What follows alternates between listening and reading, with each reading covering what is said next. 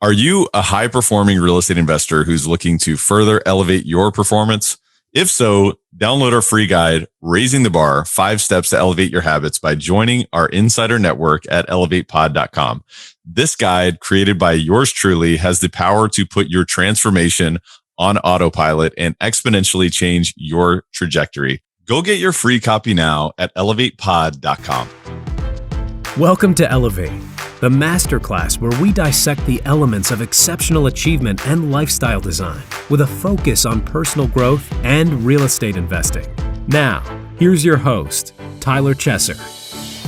Elevate Nation, welcome back. This is Tyler Chesser. I'm so thankful to have you here, and I am amped because I have the man, the myth, the legend, Keith Ferrazzi on Elevate today. And if you've ever read the book, Never Eat Alone, there's so many #1 New York Times best-selling books that this man has written.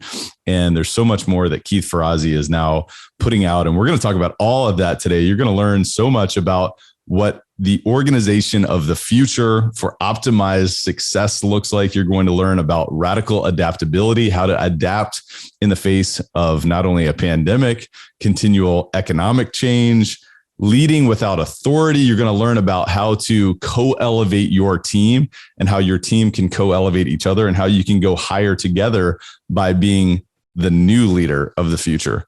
Because if you're a real estate investor, if you're an entrepreneur, you know that you can't go there alone. This is a team sport.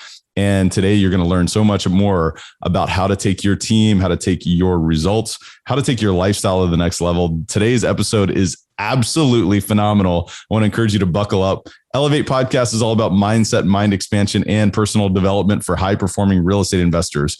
I'm your host, Tyler Chesser, and I'm a professional real estate investor and high-performance coach. It is my job to decode the stories, habits, and multifaceted expertise of world-class investors and other experts to help you elevate your performance and lifestyle. Are you ready to take it to another level?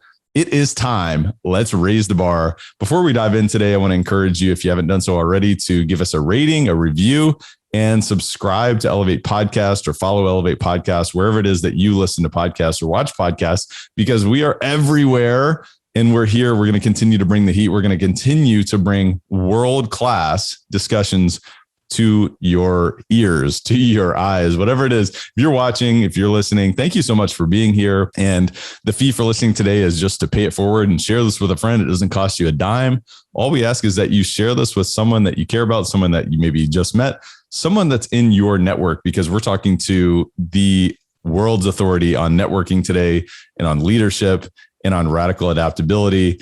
And really, wow, this is such a phenomenal episode. It's just so epic. And I'm so excited to bring this to you.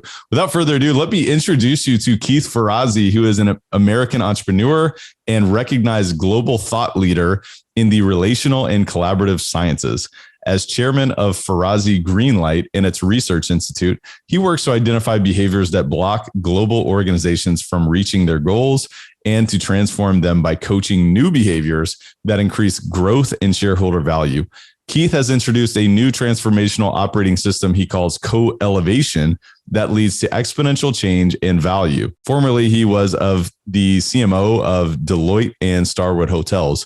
By the way, one of the youngest CMOs in the Fortune 500 history at the time. He is a #1 New York Times bestselling author of Who's Got Your Back and Never Eat Alone, and his newest book, Leading Without Authority, as well as a frequent contributor to Harvard Business Review, Wall Street Journal, Fast Company, Forbes, Inc., Fortune, and other publications. Keith's 20-year history of transforming C-suite executive teams has made him an agent of transformation and among the world's greatest and most sought-after coaches.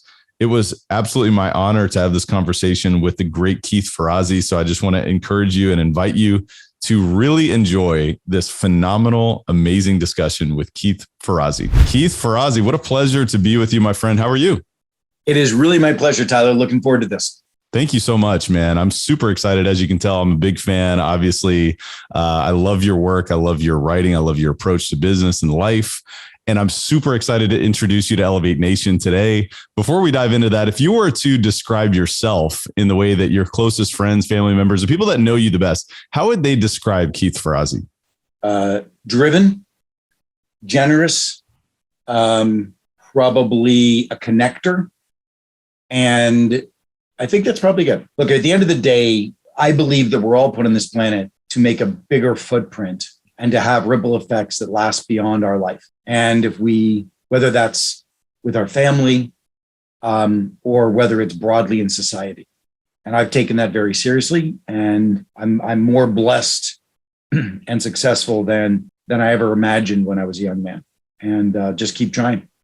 I love that, man. It's inspiring to hear you say that. And I think it'll be even more insightful as we really dive into your backstory and sort of your upbringing. From what I understand, you grew up in Pittsburgh, son of a steelworker. Tell me a little bit about that and what that really impact had on you as you grew up and sort of your outlook on the world that you just described there. Yeah, I wrote about this in my most recent book. My most recent book that was published called Leading Without Authority. And I talk about how I saw when I was growing up an entire industry, an entire city crumbled, brought to its knees. Pittsburgh and the steel industry crushed in the 70s. And I had made a commitment early on because I saw the suffering that impacted on the families in that community, mine included, that I was going to grow up and I was going to do something about that. And I had no idea what that meant.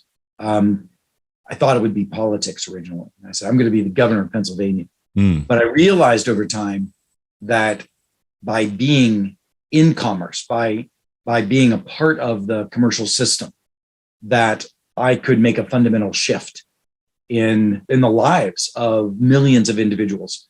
I thought perhaps I would be a titan of industry. As I started out in my career, I was part of the early founding group over at Starwood Hotels in the early days prior to 2000.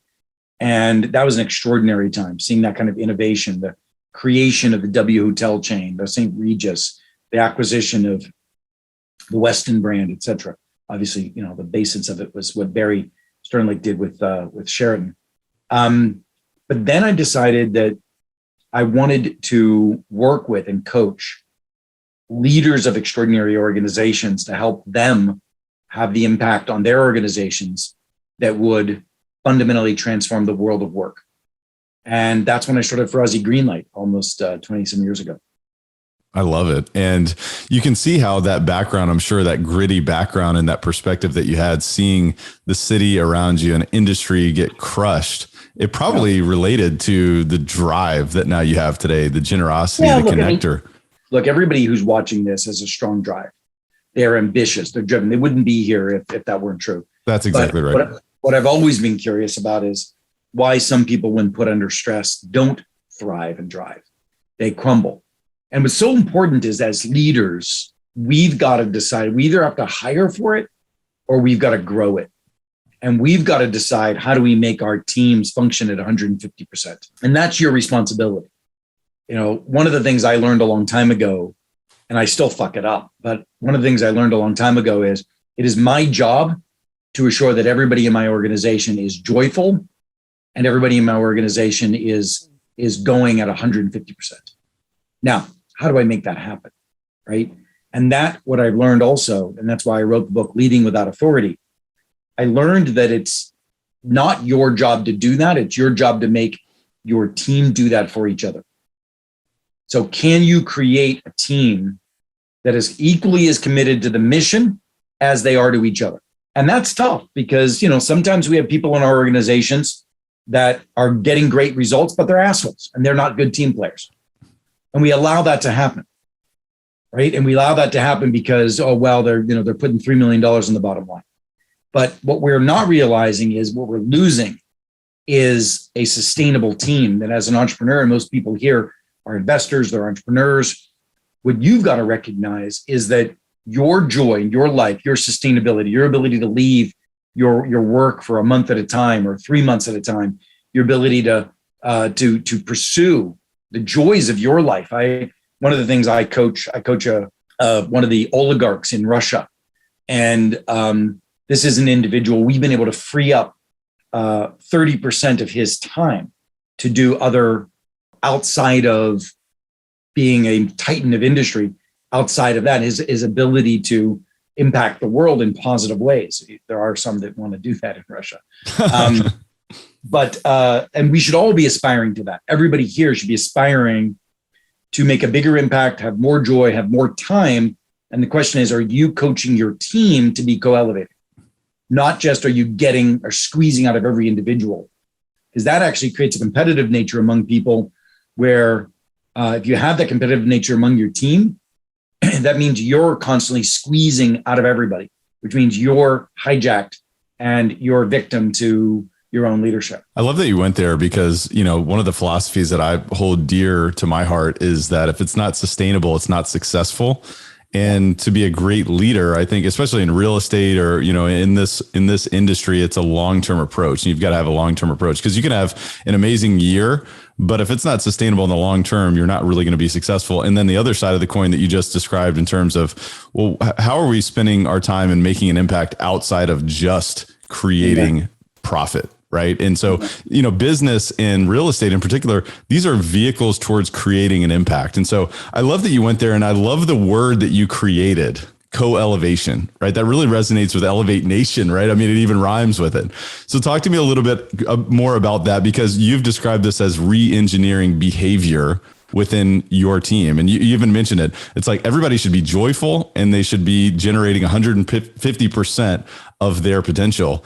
And it's not about you leading and whipping that and making that happen as a leader, but it's about this co-elevation. So talk a little bit more about that. The book I wrote, Leading Without Authority, started with the belief that inside of every relationship in an organization is coaching, but we don't activate it. So when I go into an organization, when I go into a team, and we're coaching the largest automotive company in the world, we're coaching the largest and most well-known telecoms company, one of the largest technical companies in the world. These organizations, I'm sitting with the executive team on a monthly basis, helping the team become co-elevating. And co-elevating is not a bullshit, let's hold hands thing. It's we will rise higher together than we would have individually. It's moving from a group of silos, hub and spoke, to a leader, to a group of individuals who will hold each other accountable, kick each other in the butt, wrestle ideas to the ground, innovate the hell out of things, aggressively move things in a powerful forward direction with, as I said, 150%, because you're getting more out of yourself in a collectivism than you would yourself. My ideas are only my ideas. If I don't get other people's input into it, then I'm going to be as good as my own self. I want to be as good as everybody's input into my ideas. And everybody in the team should feel that way. But most of our leaders don't organize even their team meetings for getting the most out of the interdependencies of the people. The basic presumption, so I had been seeing for years teams that I've been coaching that were not interdependent and were not co-elevating. And so I wanted to make them that. And they didn't even have a word for it. We called it collaboration.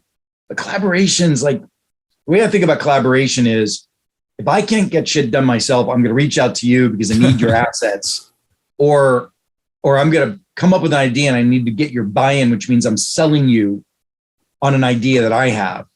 That's not creating something 1 + 1 = 3. And so I wanted to figure out, how do we design that? And so I started writing this book around, how do you teach every member of your team to be co-elevating to each other? So I go into a team and I'm coaching the team to be co-elevating, but I'm also coaching the leader to sustain a co-elevating team when I leave. I was just talking to a CEO. It's a very unique situation, actually. A CEO, some people could probably do the research if I describe this, but this is a CEO who's been asked to leave the company, who I love and respect, but for a lot of reasons, not a lot of reasons, for a disruptive external investor. Now, he has driven and created an extraordinary business, extraordinary outcome, which begs the question of why the hell is this outside investor allowed to put this pressure on it? But that's a whole different question. What I was talking to him about is, he's so committed to this team that he's built and so committed to sustaining its outcomes. He wants us to come in and help his team step up and be the team that it would have been with or without him. So he's got a window of opportunity between now and the end of the year when he leaves and a new CEO comes on board to equip this team to be as good as it was with him. And I think that that's an interesting, because we should all be engineering our teams to be as good without us as they are with us. And my job when I come in is I coach that team to be that, but I'm also coaching the leader to become a different type of leader that creates co-elevation. And so, by the way, if you want to learn about this principle of co-elevation, go to coelevation.com, coelevation.com. Tons of free assets there that will help you begin to implement a co-elevating team for yourself, a diagnostic tool, and a bunch of other things that should be interesting to you. Yeah. And I mean, the leader who leaves an organization better off than he or she, found it is obviously the true definition of a leader. And then there's a lot of selflessness involved in the specific example that you just shared. I mean, putting the organization in a better position after being asked to leave. I mean, what an amazing impact. Right. To really leave. But thinking about this co-elevation, thought process, from one of the things that I've heard you say is you're almost moving from overload to a shared load. And I know that many of the entrepreneurs can resonate with that. It's like, as you're continuing to push and build more momentum, but you're also moving towards higher outcomes, you feel this overload or this overwhelm. But the way out of that that you've described is co-elevation. And so are there any practical tips that you might suggest for folks? Obviously, we'll put a link in the show notes as to where people can find coelevation.com. But are there any practical tips that you might suggest for folks as they're getting more familiar with this concept? Yeah, I mean, I think, again, I'm speaking to leaders, not team members right now, because when I'm speaking to a team member, it's a slightly different, like I created Leading Without Authority for a leader to give to all of their team, to make the team recognize their job to lead each other, to move from overload to shared load. As a leader, what you're doing is you're saying, holy shit, I am running around playing whack-a-mole. I have a different job. My job now is to be the ninja that's running around getting Jane to coach Joe, getting, Aaron and Patty to create a partnership that I don't have to fucking do this anymore. They're going to do it, right? They're the ones that are creating and elevating. And when they can't, then they're going to raise their hands and they're going to ask for time for the staff meeting so that they bring in a question, right? Right now, the way we use our staff meetings, I would say that's probably the one thing to do. Re-engineer your staff meetings. You have a social contract. You're probably not even aware of it. You have a social contract on your team. And the team social contract is things like, we don't throw each other under the bus. That's a social contract today, which means if someone's given a report out, we're not going to critique them, right? Because it's going to make them look bad in front of the boss. How about a different social contract, which is someone's giving an update report. We are not going to let them do anything other than be extraordinary. So we are going to give them feedback. We're going to push them higher. Because damn it, we will not let them fail, but we want to make them extraordinary. And so our ability to create a new social contract and reboot your team's understanding of each other and understanding of what their roles are for each other is what we're talking about. And it's not throwing people under the bus. It's not being critical. It's elevating, right? It's elevating them. So, from overload to shared load means you take the responsibility. I think I wrote a piece. It was either in the Wall Street Journal or Harvard Business Review. Let me just check it real quick while we're talking. It's really about how do you teach your managers to lean on each other. I'll get that, and we can post it in post on this thing. But yeah. The whole concept of leading without authority, I mean, it reminds me of what my friend Rich Deviney, the former Navy SEAL commander, has taught me in terms of dynamic subordination. And at any moment, there's a new leader on the team, right? There, and at any moment, in any sort of circumstance, someone gets the opportunity to step up as that leader. And I think that's really powerful, but also, structuring your systems within your business, such as staff meetings, and also creating new social contracts between other people to say, look, it's not about reprimanding each other. It's about supporting each other to go higher together, which is also another thing that I love about like your own personal tagline and just the way that you approach this is going higher together. This is about elevating. This is what elevating is about. So you just sent me the link here, which of course we'll grab and we'll put in a link in the show notes. Where was the article, Keith? Yeah, it was in HBR. And I did this back in 2015, 6 ways to turn managers back into coaches again. And the key is, what I'm saying is your managers always, we always say our managers need to be better coaches. Our managers need to turn their teams into each other's coaches. That's a big shift. And that's a new social contract. And you as a leader of the company need to elevate the whole team to elevate each other. And that's the shift. That's the shift. I love it. And part of it just is, again, how do you, if you have at your staff meetings, if you have everybody doing report outs and no one's really giving each other feedback, you're just reinforcing siloed behavior. But if at the end of every report out, you snap your fingers and say, okay, everybody go to breakout rooms at 2. And in those breakout rooms, I want you to discuss what challenges do you have for that report out you just heard? What innovations do you want to offer that report out you heard? What offer of support or help do you want to give that person who just gave the report out? Open a Google Doc. Don't make this bullshit. Open a Google Doc and have them write the answers to those questions. Challenges, innovations, offer of help. I call that bulletproofing. You need to teach your team to bulletproof each other. And once you start to get into these habits and rituals, mindsets, and I know you're big into the mindsets only happen when practices occur. And so there's a wonderful old phrase that says, you don't think your way into a new way of acting. You act your way into a new way of thinking. So in our practice as an organization, we have documented dozens and dozens of high return practices.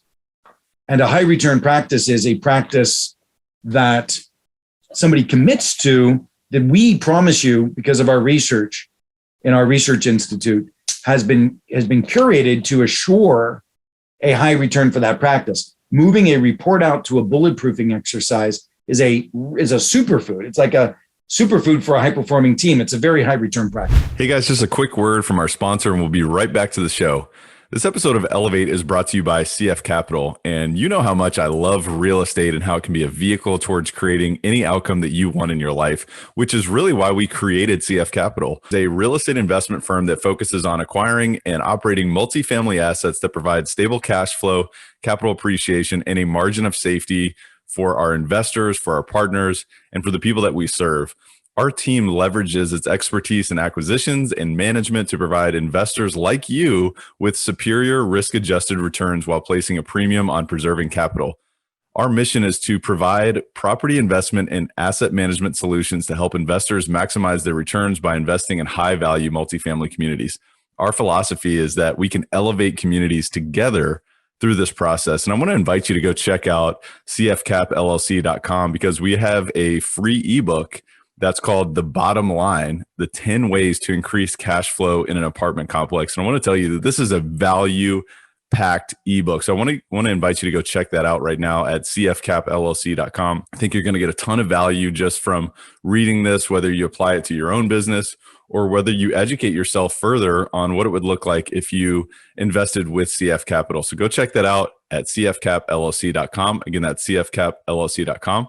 And enjoy the rest of the show. Keith, this is one of the things that I love about your work is that it really illustrates how business has evolved over the past several decades. I mean, in particular, obviously earlier work and earlier relatively, obviously thinking about Never Eat Alone, thinking about networking, building relationships, building networks. It's about generosity. It's not about taking, it's about giving more. And then if you look at what you're just describing in terms of leading without authority, co-elevation, it's not about, hey, I'm the boss, I'm in charge, I get to tell you what to do. It's about, hey, let's do this together. Let's go higher together as a result. It's totally different than where business has been or was, early on in the Industrial Revolution and so far. Yeah, well, of course. And then as you've now taken it forward with your research institute and the way that you've now studied businesses that are innovating and that have innovated successfully already through the pandemic, which I think is really, really exciting, and seeing how this is continuing to accelerate. Obviously, with your new book, Competing in the New World of Work, I think is really, really interesting.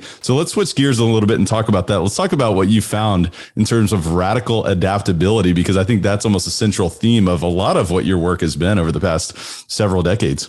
Yeah, if you think of, thank you very much. By the way, what I love it when I show up and people have done their crazy amount of homework. So you obviously have. Thank you. The work that we did, 8 years of work that really defined co-elevation, which is a set of behaviors we've just been talking about. Now you add that, what I found when I was sitting in these executive teams, what I found was that they were constantly being met with challenges that were very hard for them to adapt to and for their teams to adapt to. And the leaders themselves were doing a decent job of trying to stay ahead of the game, but they were always like looking back and pulling their team with them. That, again, once again, if you as a leader are the visionary, if you as a leader are constantly the one adapting and pivoting the organization, you're always going to be integral to the business, and you're never going to be able to get your 30% break or even the 3 months off or whatever it is. So I started looking at a framework for how do the highest performing teams work that actually stay ahead of the market? And by the way, there are very few of them. Even organizations that were birthed in disruption get disrupted pretty quickly. And so the question is, how do we lead ourselves into to meeting this radically volatile world that we're living in today? And I adopted a new framework called radical adaptability. Now, how did I figure this out? In the greatest disruption that we've seen, in the last 200 years of business was the pandemic. And I said, let's go out and research and find the leaders who are utilizing the pandemic to leap forward dozens of years. And there were very few. But we researched up to 2,000 executives during the pandemic and created a book documenting the best practices of these leaders. And it's called Competing in the New Work World. And the methodology that we saw among these leaders is what's called radical adaptability. And it's the adoption of an agile way of working. Some of you might have heard of Agile. Maybe you didn't. Agile is a framework that was created in technology companies among the technology individuals, the engineers, on how they changed the way they would program from what used to be called waterfall into agile, where they worked in short sprints. And by doing that, they could constantly adjust their code and get to an agenda and get to an outcome faster than if they had done it in their traditional, more sequential way, as opposed to in sprints, agile. And so we now need to run our entire organizations on agile. And so the book really focuses on companies like Unilever and others who have done that, and what we can learn from them, and how do we reboot our companies for agile. The other one is inclusion. So many organizations hunkered down in the pandemic, and they brought the wagons tight. Well, the great organizations opened their aperture. The great organizations said, well, shit, the next time I have a physical meeting, I don't have to do it in a physical room where people fly in. I can get ideas from anywhere in the company. I can start to crowdsource innovation from my network. Companies like Lionel Basil went out to their vendor community saying, how are we going to reinvent our relationship? Companies like Unilever again decided to crowdsource business planning. Instead of the executive team, 15 people doing business planning, they opened it up to the top 300 leaders. So how do we really open the apertures and get radical innovation and bolder ideas? Now, that was the other thing that a lot of companies used to think that they used to think that more people involved in decision-making slowed down decision-making. And that was true when you threw meetings at problems. Whereas now companies that are using the collaboration stack of tools like Slack and asynchronous collaboration and Google Docs, there's this whole layer of collaboration that happens not with physical meetings, that happens in the cloud, where your team is talking and actively collaborating and moving the agenda forward without a damn meeting. Now, all of a sudden, you can include 5 times as many people in decisions, bolder ideas, and get it done faster without meetings even happening, right? This is the kind of shit we saw in 2020 and 2021 that we documented in this new book, Competing in the New Work World. And also one of the other areas about resilience. How do we do all of that and keep the energy of our people up? Everybody is so fatigued and fractured and feeling like they're just drained from one Zoom meeting after another. And again, we worked with Weight Watchers and Headspace and so many companies looking at how do we make mental well-being not just a safety net if somebody hits the wall. How do we make it a competitive advantage? How do we make the corporate athlete something we're all thinking about, constantly tuning the mental well-being of our people? So what we found is that coming out of the pandemic, we created this methodology called radical adaptability, which goes beautifully with co-elevation. Those two things combined will fundamentally reset your organization. It's so beautiful. And, what you just mentioned in terms of like the cloud collaboration as one example, I think that is so so relevant. And, you think about teams that are growing, teams that are building, whether it's remote or hybrid work, you can accomplish so much more when you don't spend time in just meeting after meeting and think about how can we make decisions? How can we provide more inclusion, faster progress without all the red tape, so to speak. And I would imagine that buy-in obviously leads to further growth because you're getting that 100% commitment, right? That 150% potential in terms of the input. Talk to me, what is the organization of the future? Because obviously through this, we've seen acceleration. We've seen change grow faster. What do you believe is really the optimized, organization of the future, optimized for success? I think the organization of the future are predominantly independent agents who come together and work on goals and projects and have instant bonding and instant connection when they do so, and then dissipate to work on the next, to reform and reshape. And we might be on 3 or 4 teams at any given time. In a sense, what I'm thinking about is the organization of the future is a set of shared goals, networks of people coming together to achieve those goals that have nothing to do with org design, company structure, even geography. It's irrelevant. It's about a goal aligned to a network of people to achieve that goal. And that is the organization of the future. And there are industries that have done that well. Entertainment does that well. You think about what a movie project is. There's nobody there who reports to each other traditionally. Spielberg and some executive producers and actors, they all come together. And the guy who's running the grip and the guy who's running the camera, they may have never worked together before, but all of a sudden they come together with a shared mission, and they are deeply bonded and committed for this shared mission for up to months or a year or years at a time, perhaps. And some of them may have other gigs at the same time, but they are a network of people coming together, functioning effectively to achieve a goal. Now, when you do that, you kill your overhead, you get flexibility, you get the best people, but you as a leader need to lead differently in that kind of a gig working environment of the future.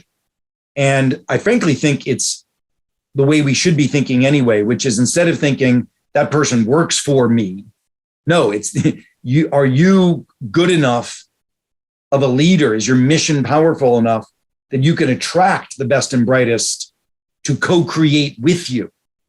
Fuck that person works for me. Can you create the most extraordinary universe of people who will co-create amazing breakthrough solutions with you? That's the difference. It's amazing. And it's really exciting and it's inspiring because you can think about how much more can be done when you think about that adaptability. I mean, what you just described to me really resonates as that radical adaptability. It's this organism that shifts and it grows and it adapts towards what is the outcome, and then it dissipates and it grows and it forms into something else. I think that's really exciting. But the other piece of it is you apply technology, but you also apply even more humanity onto it. You were talking about resilience earlier, thinking about empathy and being empathetic towards others and sort of that mental health and being aware of what are those personal needs and problems and challenges and things going on so that we can all optimize this collaboration together. One of the things that I think is so important to what you just described is that network. To be successful in the future, in the organization of the future and optimizing towards success, to me, it still comes down to that relationship and those relationships and that network. So could you talk to me a little bit about, I mean, obviously you wrote Never Eat Alone, you wrote Who's Got Your Back, New York Times #1 best-selling books on networking, on building relationships through generosity, which are highly recommended reads. But is there anything that you would say in terms of how networking or relationship building has changed or adjusted, especially since the pandemic? Yeah. Is there anything that you point to? Well, I think the principles of Never Eat Alone have been a through line for me, which is you have to earn the right to build a relationship in your life. And so you lead with generosity, you follow with authenticity, and vulnerability becomes a superpower to attract people to you. So that's a basic principle. Now the question is, what Leading Without Authority did is it moved those principles from networking to leadership, right? How do we lead that way? And, and given that all the big research organizations say that we are working in networks today, we used to call it the matrix organization, but we work in networks today. Adam Grant says Leading Without Authority is the leading book teaching you how to lead in networks. Not a surprise that the guy who wrote the book on networking is the guy who's teaching you how to lead in networks. What I would say is, specific to the pandemic, what's changed is the use of remote and virtual. I'm sad that so many leaders have not done remote and virtual well. They've done it acceptably because we had to because of the pandemic, but they've not done it well. And so they're scrambling back into old workplace. And so I created a research project, so I always do these big research projects. So I have a research institute, Ferrazzi Greenlight. And in 2010, I created a research project called The New People Rules in a Virtual World. And it was $2 million of research, which I published maybe 20 pieces in HBR. You go and look in hbr.org, type the name Ferrazzi, you'll see a ton of pieces. How do you manage a virtual boss? How do you manage virtual teams? How do you build trust when you're virtual? All those kind of things. And I went on this journey since 2010. And then in the pandemic, it's the only time anybody ever read those articles. Nobody gave a shit. From 2010 to 2020, they were relatively unattended to. And then in 2020, they were interesting because we're all virtual. But the problem is we spent a year and a half using the tools acceptably, but not extraordinarily. So I created a new research project in 2020 called Go Forward to Work. And the idea was, let's not come out of the pandemic and just go back to work. Let's come out of the pandemic and leap forward to work. That's awesome. And that research project culminated in the book, Competing in the New Work World. And the methodology we found of how do you really leap forward in the post-pandemic world came up in Radical Adaptability. But the big thing I learned was how poorly people were using the tools. So I've recently partnered with a tech company called Mural. I don't know if you know Mural. They do virtual whiteboarding, but it's really much more than that. Now I'm going to pitch my sponsor. What I partnered with, when I looked at what Mural was doing, but I also looked at what, Teams and Zoom and Google, and I looked at all of the tools, and I worked with a group of CIOs, and we accumulated what I called the collaborative tech stack. And we started looking at that and saying, okay, that's the tech stack that many of these companies have offered. And any company can have it. They're so cheap and ubiquitously available now, Zoom and Google Docs, et cetera. The question is, what is your collaboration stack of working rules that uses and leverages those? And that's what's missing. We got the tech, we haven't rebooted the rules. And I would say that's when you asked me the question, how has networking changed in a post-pandemic world? The interface, the medium, and whether that's networking externally for sales or opportunity, or networking internally for productivity or leadership, what's changed is the medium of physical to remote and hybrid and asynchronous, and very few people are getting it right. So I highly encourage you to get the book for that reason alone, or go to coelevation.com, and there's some really good white papers there I did recently and there's also some pieces. I did 2 really cool pieces with NPR.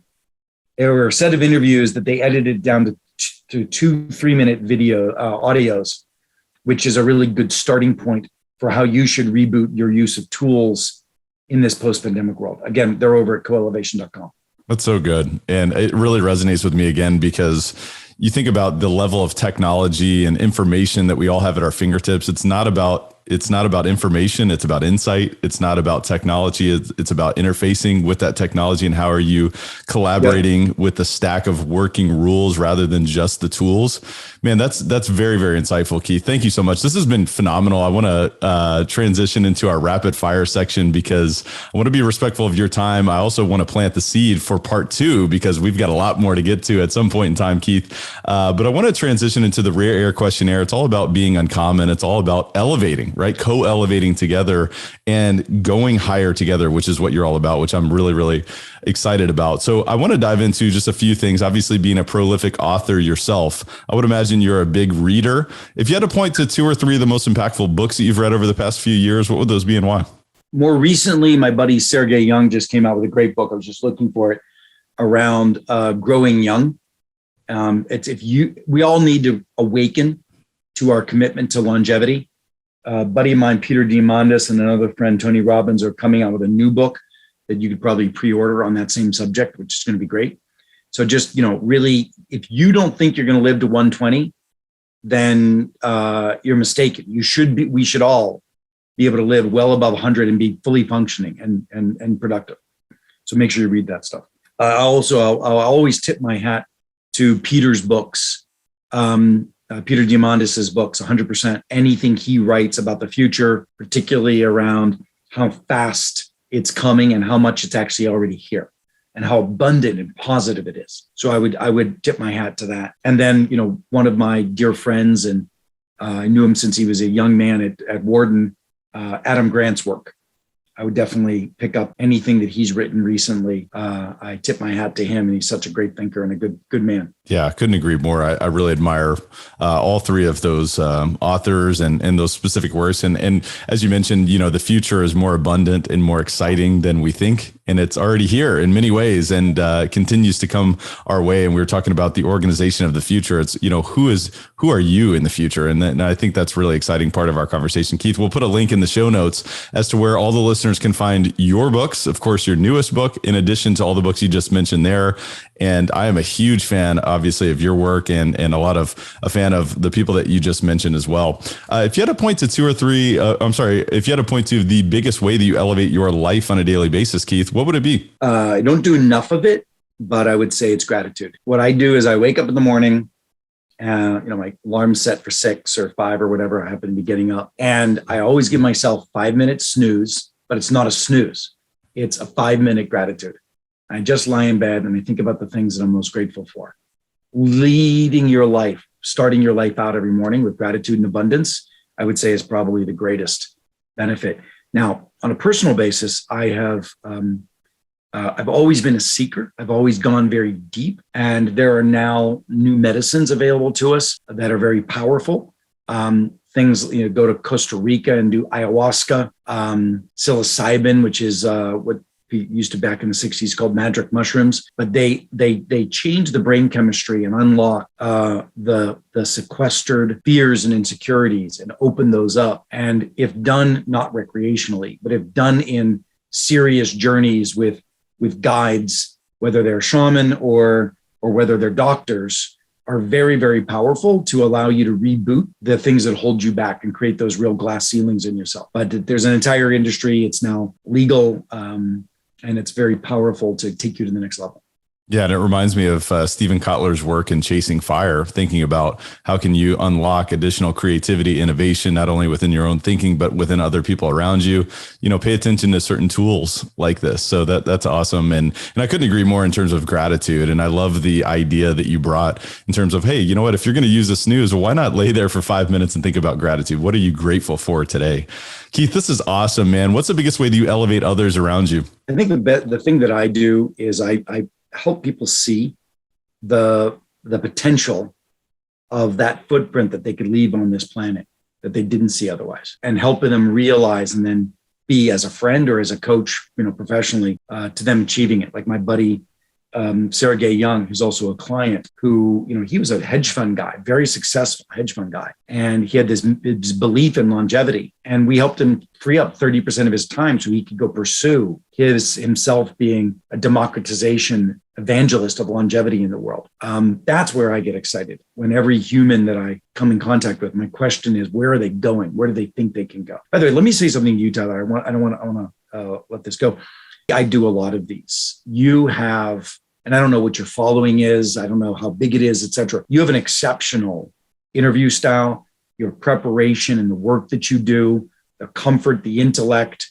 I really think you're going to go very far. And I hope that you get recognized and promote yourself sufficiently, because you've got a lot to offer the world through the way in which you conduct your interviews. So thank you for this. It was worth my time. Well, that means a lot. That really does. Thank you so much, Keith. Man, this has been an awesome conversation. You've inspired many. Keith, I want to acknowledge you as well for continuing to push, for continuing to share your expertise, for continuing to research, find insights in terms of how we can take things to the next level, how we can co-elevate, how we can go higher together. Keith Ferrazzi, my goodness, what an amazing conversation. Keith, do you have any parting thoughts or words of wisdom before we wrap today? No, just thank everybody out there. And I hope you all engage in our work and get to know me better. Follow us on with our tips and the things that we do. And, look, this is what we do for a living. My organization is growing and we do great coaching of your executive team. So if you're interested, reach out to us. And one of my partners would love to come in and be of support. Of course. And we will put links in the show notes as to where you can find Keith at keithferrazzi.com. Of course, on LinkedIn, Facebook, Instagram, and Twitter as well, in addition to where you can buy every single one of his books, because they are spectacular. And Keith, thank you again for being on the show, my friend. Elevate Nation. Oh man, that was such an honor to be with Keith Ferrazzi, one of the most incredible people that I've been able to learn from over the past few years. And I hope that you learned a lot today, because you want to talk about somebody who is continuing to push the bar, continuing to raise the bar, continuing to elevate other people in so many different ways, and continuing to inspire. That is a phenomenal individual that we just had the pleasure of speaking to. And so I just want to encourage you to re-listen to the show. I want to encourage you not only to utilize repetition, but also to utilize discussion and collaboration, perhaps co-elevation in the way that you discuss this with someone else. Share with someone else, what was it that you learned about this episode? Maybe you have some questions about this discussion. Maybe you have some things that you'd like to implement and you like to ask someone, how might I implement this? How might I integrate this into my own practice or into my own organization or into my own way of thinking?